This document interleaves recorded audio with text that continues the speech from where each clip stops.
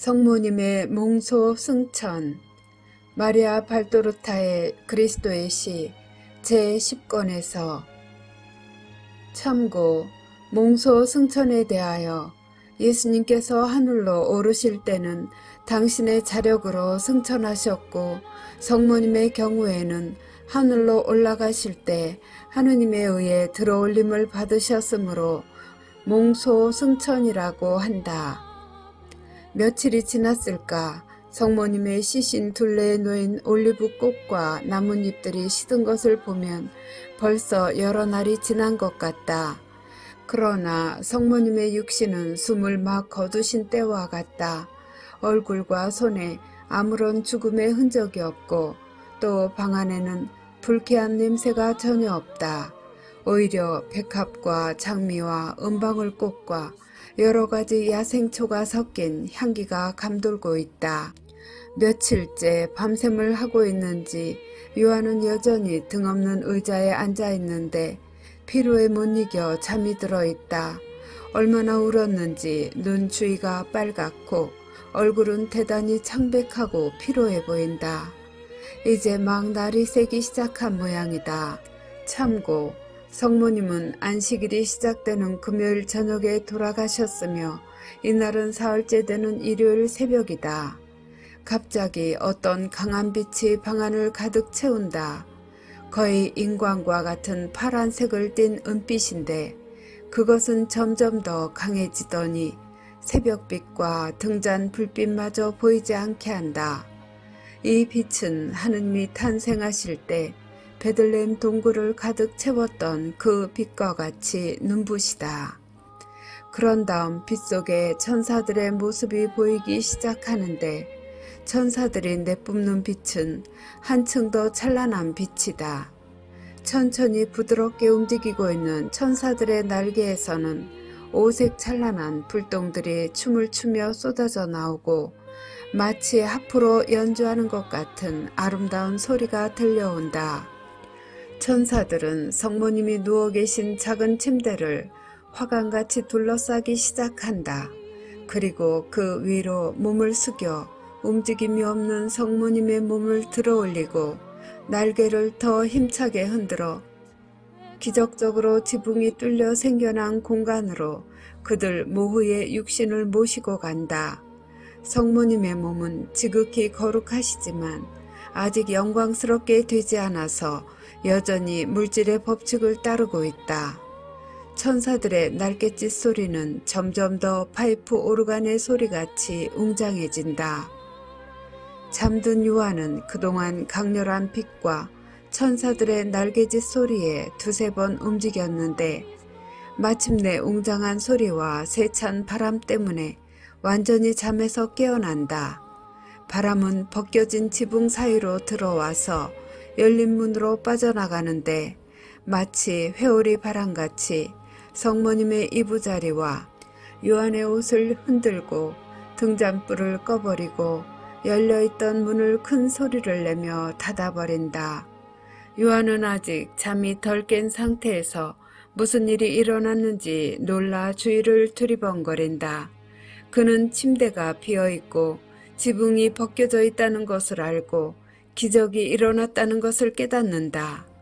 그는 얼른 바깥 옥상으로 나가 영적인 본능인지 아니면 하늘에서 부르는 소리가 있어서 그러는지 머리를 들고 떠오르는 해 때문에 한 손으로 눈을 가리고 하늘을 쳐다본다.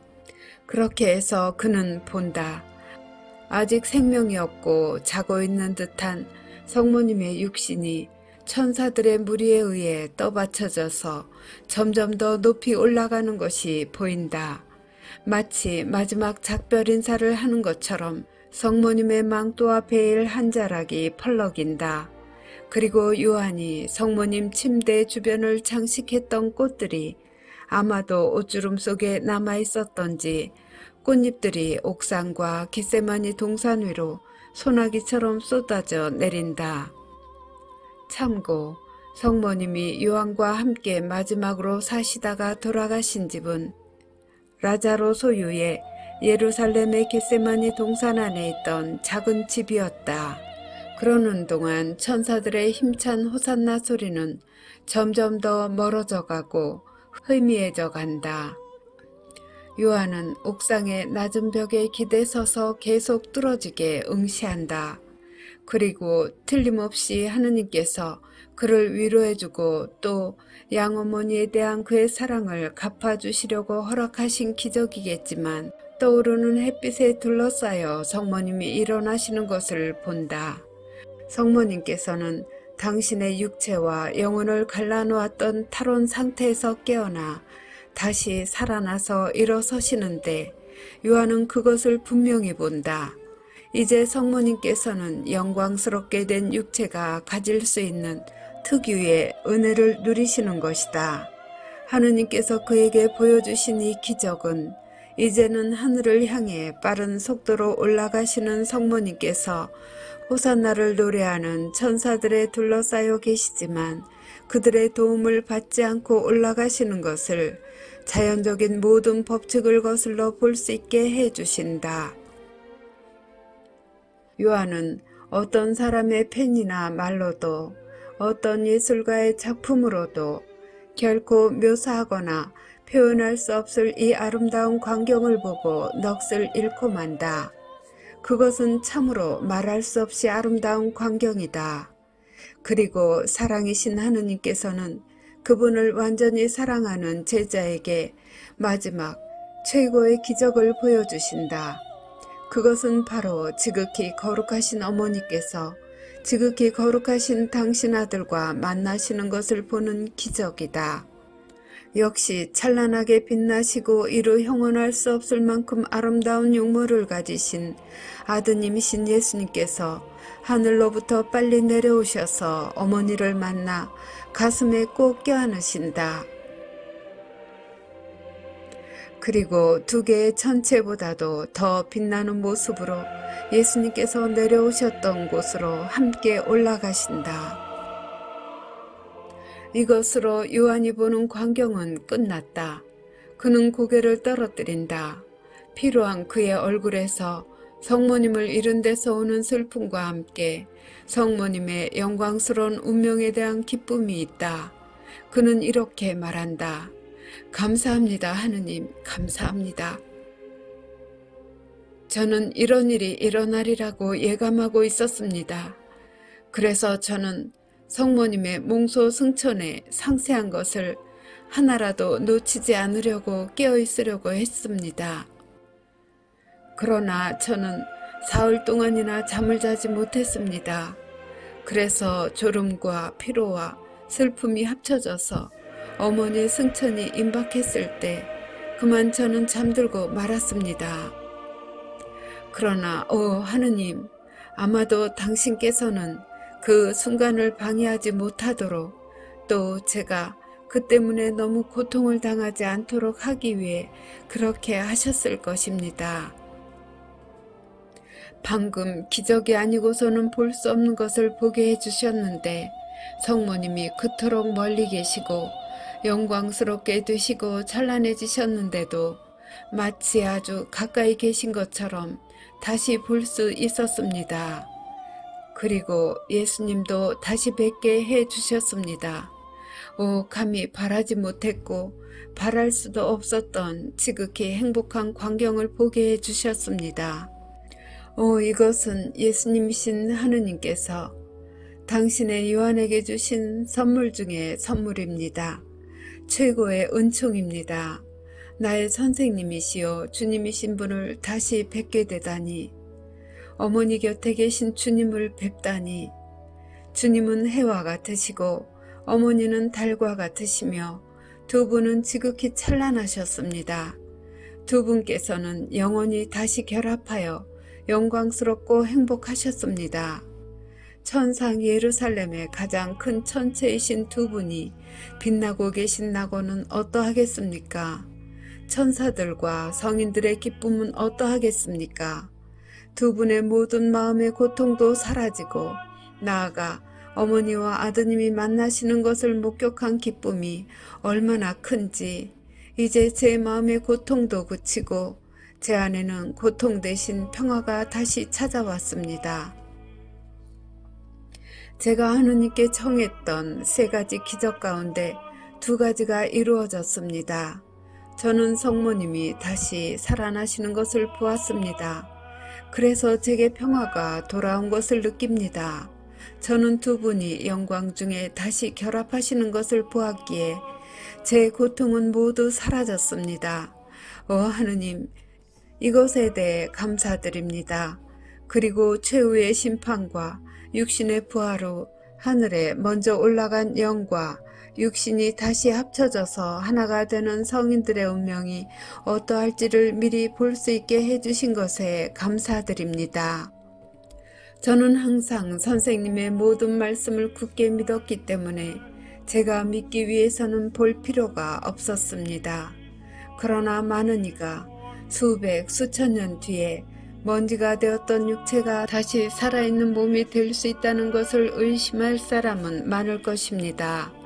그런 사람들에게 저는 그리스도만이 당신의 신성한 능력으로 다시 살아나셨고 그분의 어머니도 돌아가신 지 사흘 후에 그 영혼과 육신이 다시 결합하여 살아나셔서 하늘에 올라가 당신 아들 곁에 영원한 자리를 차지하셨다고 가장 높은 것을 걸어 맹세하면서 말할 수 있을 것입니다. 오 그리스도인들이여, 여러분은 모두 세상 마칠 때 육신이 부활한다는 것과 또 영혼과 육신으로 다시 결합하여 성인들에게는 지극히 행복한 영원한 생명이 있고 회개하지 않은 죄인들에게는 끔찍한 영원한 생명이 있다는 것을 믿으십시오. 예수님과 마리아의 운명과 같은 운명을 가지기 위하여 그분들이 사신 것과 같이 믿고 살아가십시오. 나는 그분들의 육체가 하늘로 올라가는 것을 보았습니다. 나는 그것을 증언합니다.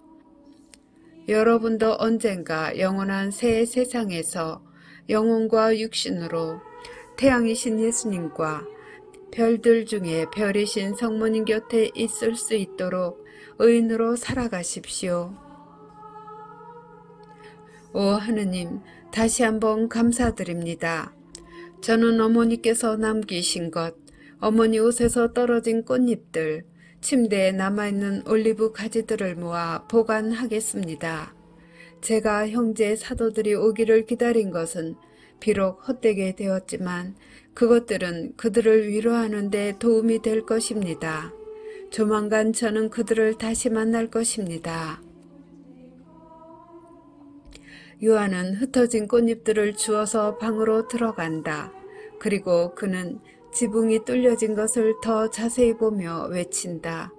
또 다른 기적이 있다.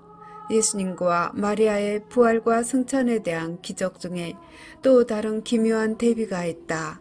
하느님이신 예수님께서는 당신 자신의 힘으로 당신의 뜻만으로 무덤의 돌을 치워버리셨고 당신의 능력만으로 하늘에 올라가셨다. 당신 자신의 힘으로. 그러나 지극히 거룩하시지만 사람의 딸이신 마리아께서는 천사들의 도움으로 하늘에 들어 올려지는 몽서 승천이라는 방법으로 천사들의 도움을 받아 하늘에 올라가셨다. 그리스도의 경우에는 그분이 이 땅에 계시는 동안 영이 돌아와 육체에 생명을 주었다. 그것은 원수들의 입을 다물게 하고 당신을 믿는 모든 신자들의 믿음을 굳세게 하기 위해 그렇게 하신 것이다. 성모님의 경우에는 그분의 지극히 거룩한 육체가 천국 문턱 가까이 가 있을 때 그분의 영혼이 돌아오셨다는 것이다. 요한은 침대에 남아있는 꽃과 나뭇잎들을 천에 담아 그것을 궤 안에 넣고 또 성모님이 쓰시던 작은 베개와 침대 시트도 넣는다. 그리고 부엌으로 내려가 성모님이 쓰시던 다른 물건들, 즉 배를 짜던 물레와 토리개와 그릇들과 다른 것들과 같이 넣는다. 그는 궤를 닫고 의자에 앉으며 외친다. 이제 내일도 다 끝났다. 나도 지금부터는 하느님의 성령께서 인도하시는 곳으로 자유롭게 갈 수 있다. 가자. 선생님께서 사람들에게 주라고 하셨던 하느님의 말씀을 뿌리러 가자. 그리고 사랑을 가르치자. 사람들이 사랑의 힘을 믿도록 가르치자. 사랑이신 하느님께서 사람들을 위하여 무슨 일을 하셨는지 알려야 한다. 그분의 영원한 희생과 영원한 성사와 의식을 알려야 한다. 그것을 통해 세상 마칠 때까지 우리가 성체 안에서 예수 그리스도와 결합할 수 있고 그분께서 우리에게 하라고 명하신 대로 의식과 제사를 되풀이할 수 있다. 그것은 완전한 사랑의 선물이다. 사랑을 사랑하게 해야 한다. 그래서 우리가 믿었고 지금도 믿는 것처럼 사람들도 그분을 믿도록 해야 한다. 주님을 위하여 풍성한 수확을 거두고 고기를 많이 잡을 수 있도록 사랑의 씨를 뿌려야 한다. 사랑은 모든 것을 얻어낸다. 그리고 성모님은 나와의 마지막 대화에서 나를 사랑하는 사람, 더 할 수 없이 사랑하는 사람이라고 말씀하셨다. 증오 자체였던 가룟 사랑과는 정반대라고 말씀하셨다. 사랑하는 제자인 나는 더 이상 이 세상에서 선생님과 성모님을 모시지 않게 되었으니 다른 민족들에게 가서 사랑을 전파해야 한다. 사랑이 내 무기요, 내 교리일 것이다. 나는 사랑을 가지고 마귀와 이교를 이기고 많은 영혼을 얻을 것이다. 그리고 나는 그렇게 함으로써 이 세상에서 완전한 사랑이셨던 예수님과 마리아를 계승할 것이다.